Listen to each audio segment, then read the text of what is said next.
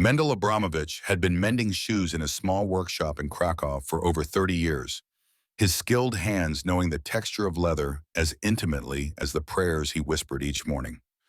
By 1938, the newspapers brought troubling stories from across the border, and Mendel could feel the changing atmosphere as neighbors who had greeted him for decades now passed without a word.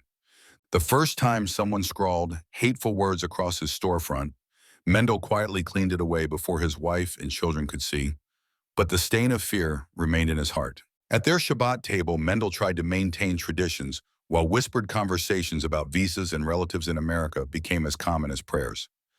Late into the nights, he counted their meager savings, wrote letters to distant cousins, and wondered how the craft that had sustained generations of his family had suddenly become insufficient protection.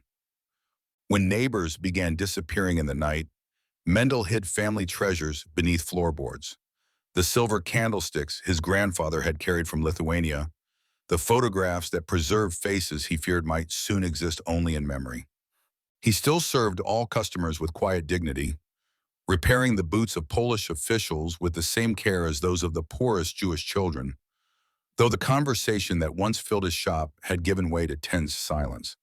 The rabbi, whose family had fled Lithuania months before, whispered warnings during their study sessions that made Mendel's hands tremble as he stitched soles that night.